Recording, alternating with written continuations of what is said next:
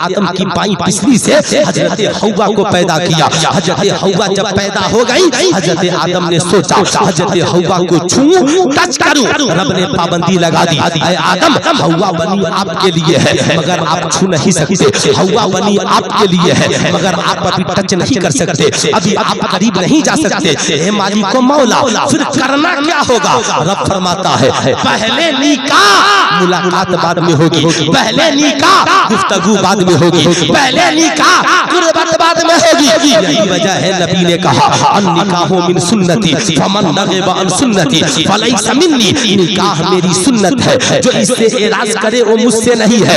यानी निकाह ये फितरत आदम से है, निकाह ये फितरत हव्वा से है। अब पूरी दुनिया में जितने इंसान है, वो क्रिश्चियन हो, ईसाई हो, हिंदू हो, मुसलमान हो, बैकवर्ड हो, फॉरवर्ड हो, गोरा हो, काला हो, सब आदम की औलाद है और आदम ने जिंदगी की शुरुआत निकाह से की है। इसलिए मेरी कौम के नौजवान लड़के और लड़कियों कान खोलकर सुन लो, निकाह के अलावा अजनबी मर्द औरत के मिलने के जितने रास्ते हैं सब नाजायज है, गुनाह के रास्ते हैं। लिविंग रिलेशनशिप इस्लाम इजाजत नहीं देता, बॉयफ्रेंड गर्लफ्रेंड इस्लाम इजाजत नहीं देता। बगैर निकाह के अजनबी मर्द औरत के तोहफे का लेन देन इस्लाम इजाजत नहीं देता। मगर आज हमारी कौम की भोली भाली लड़कियां कॉलेज की दुनिया में, ट्यूशन सेंटर में जाकर, स्कूल की दुनिया में जाकर, या फेसबुक की वादी में डूबकर, व्हाट्सएप की वादी में डूबकर, इंस्टाग्राम की वादी में डूबकर अजनबी मर्दों के झांसे में आ जाती है। सुल्तान रज़ा पूछना चाहता है, ऐ मेरी कौम की नौजवान बेटियों, सुल्तान रज़ा तुझसे बस एक सवाल करना चाहता है। तेरा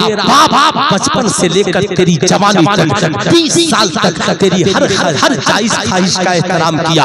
अच्छा कपड़ा किसने दिया? बाप ने। अच्छे स्कूल का इंतजाम किसने किया? माँ बाप ने। अच्छे खाने पीने का इंतजाम किसने किया? माँ बाप ने। जब 19-20 साल तेरे माँ बाप तेरी हर जायज जरूरत का ख्याल रख सकते हैं, तो बता जवान होने के बाद महंगा मोबाइल फोन किसी और से क्यों लेती है? महंगे गिफ्ट किसी और से क्यों लेती है? याद रखना जिंदगी में ये जो तुझे महंगा गिफ्ट देता है ये तुझसे मोहब्बत नहीं करता। ये जो तुझे व्हाट्सएप पे आई लव यू लिखता है ये तुझसे मोहब्बत के जुमले नहीं, ये तेरे हुस्न का पुजारी है, ये हबस का पुजारी है, ये तेरी इज्जत लूटना चाहता है। ये याद रखना, ये तोहफे की आड़ में तुझे बरगलाना चाहता है। नतीजा क्या निकलता है? आज हमारी कौम की नौजवान लड़कियां उन आवारा कुत्तों के नाजायज इश्क के जाल में फंसकर माँ बाप की इज्जत को रौंद कर घर से चली जाती है। नतीजा क्या निकलता है? क्या आपने पटना में नहीं देखा? पटना की एक पढ़ी लिखी लड़की डॉक्टर नर्सिंग की छात्रा साहब लिविंग रिलेशनशिप में नाजायज रिश्ते में आ गई। नतीजा क्या निकला? वो नौजवान हबस का पुजारी था, मकान मालिक से कहा हम मियाँ बीवी है, मगर 2-3 महीने के बाद उस लड़की को तीसरी मंजिल से ढकेल देता है। क्यों? इसलिए कि अब उससे उसकी तबीयत भर गई थी, उसके नफसानी ख्वाहिशात पूरे हो चुके थे। ऐ मेरी कौम की नौजवान लड़के और लड़कियों कान खोल कर सुन लो, जो माँ बाप बचपन से जवानी तक तेरे लिए अच्छा लिबास, अच्छी ग़िज़ा, अच्छा मकान का इंतजाम कर सकते हैं, वही माँ बाप अपनी बेटी के लिए रसूलुल्लाह की सुन्नत पे अमल करते हुए याद रखना अपनी बेटी के लिए अच्छे दूल्हे का भी इंतजाम कर सकते हैं। याद रखना वही माँ बाप अपने बेटों के लिए अच्छी दुल्हन का भी इंतजाम कर सकते हैं। इसलिए मैं अपनी कौम की बेटियों से कहूंगा, आज के जलसे से पैगाम लेकर के जाओ, हमें तालीम की भी जरूरत है और हमें इज्जत व आबरू की भी जरूरत है, हमें तरबियत की भी जरूरत है। आज के बाद तेरा कदम घर से निकलेगा मगर बगैर निकाह के तेरा कदम घर से बाहर नहीं निकलेगा। नौजवान, जैसे तुम अपने माँ बाप अपनी माँ बहन की इज्जत की हिफाजत करते हो, वैसे ही दूसरों की भी माँ बहन की इज्जत व आबरू की हिफाजत। ये हमारी जिंदगी का मिशन होना चाहिए। अरे भाई कमाल कर दिया आपने, माशाअल्लाह। तालीम का मतलब सिर्फ डिग्रियां नहीं है। तवज्जो से पूरा मजमा सुन रहा है अल्हम्दुलिल्लाह। जरा दोनों हाथों को उठाकर इस अच्छी तकरीर का इस्तकबाल कीजिए। दोनों हाथों को उठाइए। नारे तकबीर, नारे रिसालत, अज़मते मज़हबे इस्लाम, एजाज़े कुरान कॉन्फ्रेंस, सुल्ताने खिताबत अल्लामा मुफ्ती सुल्तान रज़ा साहब क़िबला। मैं आपको याद दिलाना चाहूंगा, हुजूर ने जहां सहाबा को मुहद्दिस बनाया, मुफस्सिर बनाया, आलिम बनाया, हाफिज बनाया, सारे उलूम से नवाजा, हुजूर ने उनकी तरबियत भी की। आला हजरत अल मलफूज शरीफ में एक वाकया लिखते हैं। एक नौजवान सरकार की बारगाह में आता है। गौर से सुनिएगा, सिर्फ नौजवान सुनेंगे गौर से। आज लोग कहते हैं ना मदरसे में, स्कूल में, मैं कहता हूँ छुट्टी के वक्त कभी कॉलेज के सामने चले जाइएगा, देखिएगा नकाब पहनी हुई लड़कियां खड़े खड़े गुलगप्पा खा रही हैं, खड़े खड़े पानी पी रही हैं। आप बुरा मत मानिएगा, ये जो दिवाली के पंडाल में कौन नजर आता है, गैरों के मेले में कौन नजर आता है, याद रखिएगा। आज मैं आपसे पूछना चाहता हूँ, आप मदद का हिसाब लीजिए कि आपने क्या पढ़ाया। मगर कभी कॉलेज में जाकर प्रिंसिपल साहब से पूछिए, प्रिंसिपल साहब मेरी बेटी आवारा नहीं थी, कॉलेज में आने के बाद आवारा कैसे हो गई? मेरा बेटा शराबी नहीं था, कॉलेज में आने के बाद शराबी कैसे हो गया? मेरा बेटा बड़ा अदब करता था, अब तो जबान दराजी कर रहा है। कॉलेज का प्रोफेसर कहेगा हम सिलेबस पढ़ाने आए हैं, आपके बच्चे को किरदार पढ़ाने नहीं आए हैं। मगर हमारी कौम का एक भी बच्चा और बच्ची मदरसा फैजुल गुरबा में पढ़ने आ जाए तो इसे कुरान भी पढ़ाया जाता है, साथ में आमिना के लाल का किरदार भी पढ़ाया जाता है, किरदार भी पढ़ाया जाता है। इसलिए जवाब दें सब लोग, जवाब दें, जवाब दें सब लोग। क्या कहने, क्या कहने, जिंदाबाद। ये मर्द मोमिन की आवाज है। क्या कहने, जिंदाबाद जिंदाबाद। दिल से जो बात निकलती है असर रखती है। क्या कहने, अल्लाह। मैं आपसे पूछना चाहता हूँ, जानवर और इंसान के खाने पीने में क्या फर्क है? हर बच्चा कहेगा हम अपने दरवाजे पे गाय को खड़े खड़े खाते देखते हैं, हम अपने दरवाजे पे घोड़े को खड़े खड़े खाते देखते हैं, हम अपने दरवाजे पे जानवरों को खड़े खड़े पानी पीते देखते हैं। आप ईमानदारी से बताएं, आप अपने बच्चे बच्चियों को कॉलेज में इंसान बनाने के लिए भेजे हैं या हैवान बनाने के लिए भेजे हैं? ऐ मेरी कौम का नौजवान, याद रखना जिंदगी में हजरत सलमान फारसी एक दावत में चले गए। सलमान फारसी एक दावत में चले गए। जब गए ना तो दस्तरखान पे रोटियों का टुकड़ा गिर गया। तो हजरत सलमान फारसी ने उन रोटियों के टुकड़ों को उठा लिया, झाड़ा, साफ किया, खा लिया।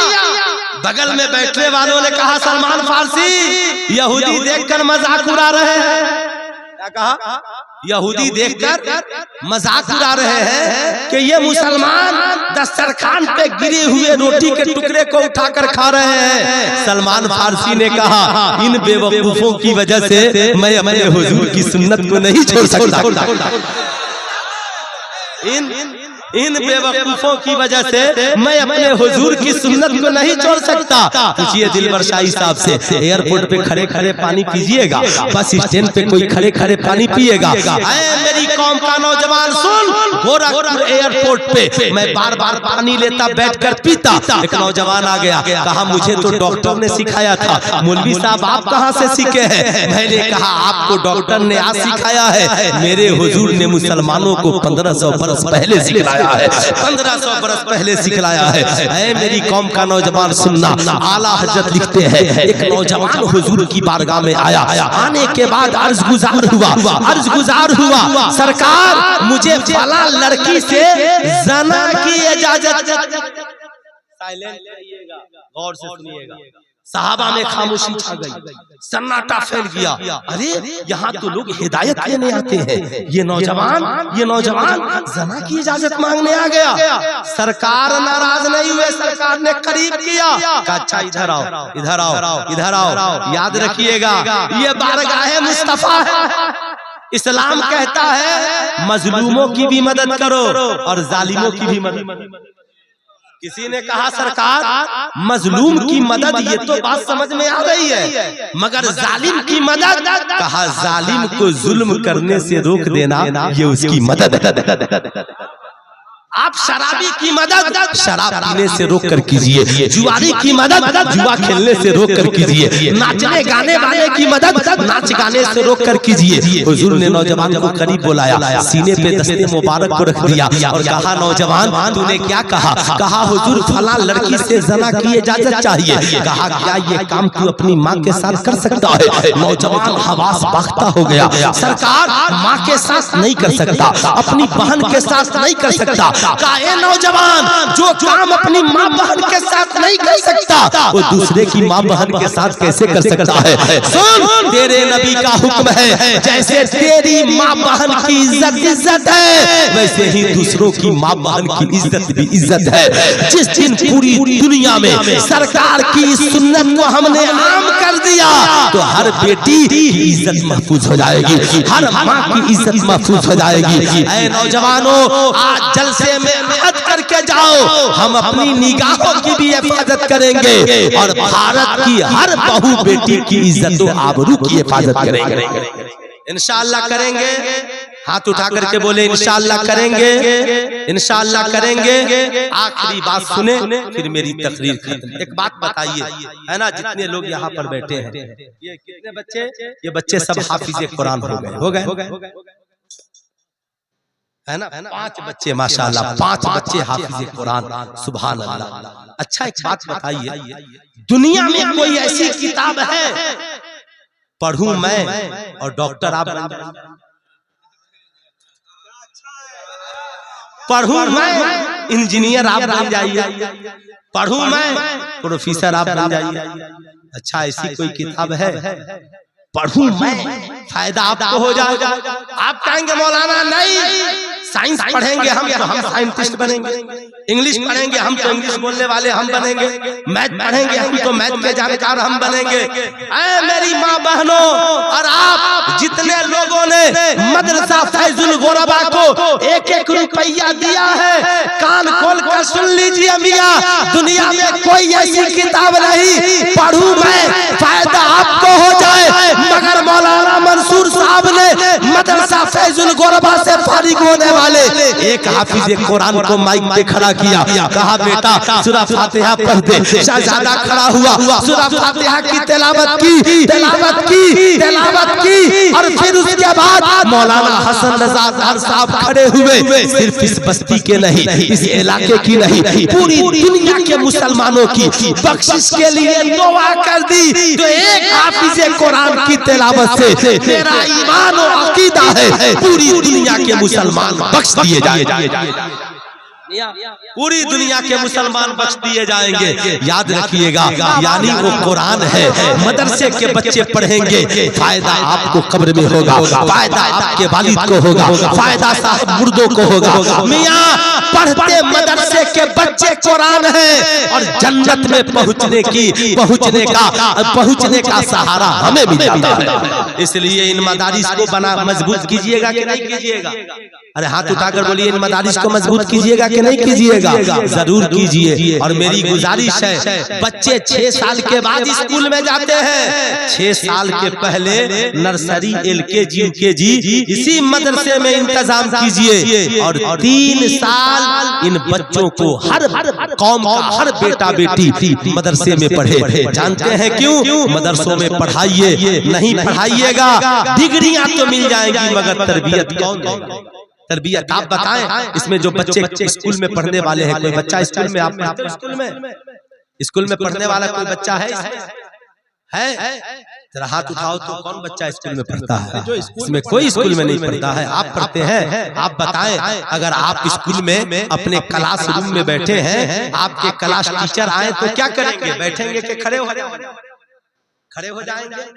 ये दस्तूर है। आप चाहे कि किसी कॉलेज स्कूल के छात्र हैं या छात्रा है, जैसे ही टीचर आए आप खड़े हो गए। जलसों में भी बड़े आलिम आए खड़े हो गए, पीर साहब आए खड़े हो गए।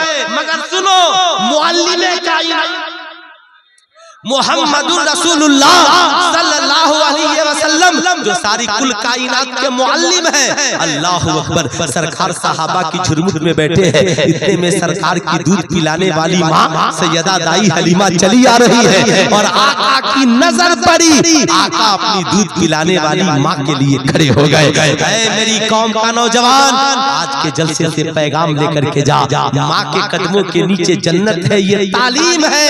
और माँ के लिए खड़े हो जाना ये तरबियत है।